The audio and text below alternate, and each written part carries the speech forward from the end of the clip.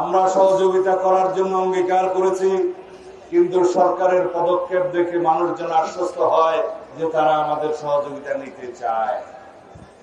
যেন এরকম কোনো প্রশ্নের উদ্বেগ না হয় যে বিভিন্ন কায়দায় যারা ইস্যু সৃষ্টি করছে, সুপরিকল্পিতভাবে নির্বাচনকে বানচাল করার জন্য, সুপরিকল্পিতভাবে নির্বাচনকে বিলম্বিত করার জন্য যারা চেষ্টা করছে, তারা যেন আশ্রয় প্রশ্রয় না পায়।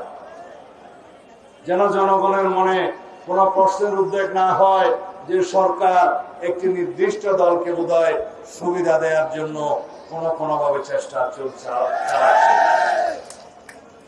আমরা প্রত্যাশা করি নাই ফ্যাসিবাদী পতিত শক্তি গোপালগঞ্জে হোক আর যেখানে হোক গণ অভ্যুত্থানের শক্তির উপরে হামলা করার সাহস পাবে। আমরা আশা করি নাই এই জাতি কখনো এই দৃশ্য অবলোকন করবে যে গণ অভ্যুত্থানের অমেধ সাহসী সন্তানদের উপরে ফ্যাসিবাদী পতিত শক্তি হামলা করার সুযোগ পাবে, সাহস করবে। কিন্তু কেন? এই কেনর জবাব হচ্ছে যারা একটি নতুন রাজনৈতিক দল সংগঠিত করেছে, যাদের এখনো রেজিস্ট্রেশন নাই, তারা অনেক আবেগ তাড়িত হয়ে অপরিকল্পিতভাবে এমন সব রাজনৈতিক কর্মসূচি দিচ্ছে, সেই রাজনৈতিক কর্মসূচির কারণে আজকে সারা বাংলাদেশ অবলোকন করলো জাতির যারা গণ অভ্যুত্থানের অগ্রসেনানী তাদের উপরে পতিত ফ্যাসিবাদী শক্তি হামলে করছে।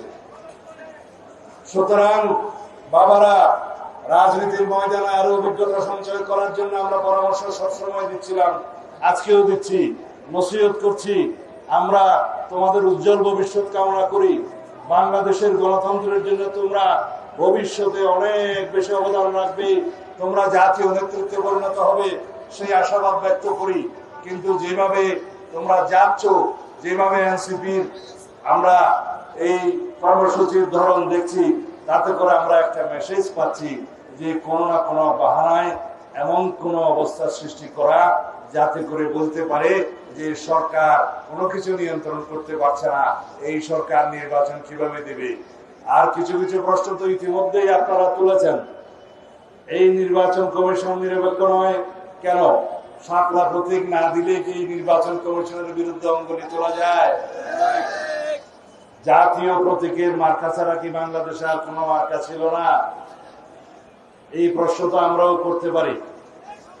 যারা বলছে ধানের শীষও তো সেই জাতীয় প্রতীকে আছে, কিন্তু ধানের শীষের মার্কাটা যেভাবে আছে সেটা নির্বাচন কমিশনের তফসিলে আছে। সেই তফসিল অনুযায়ী বহু আগে 1978 সালের আগে সেই মার্কা ওখানে বিদ্যমান ছিল।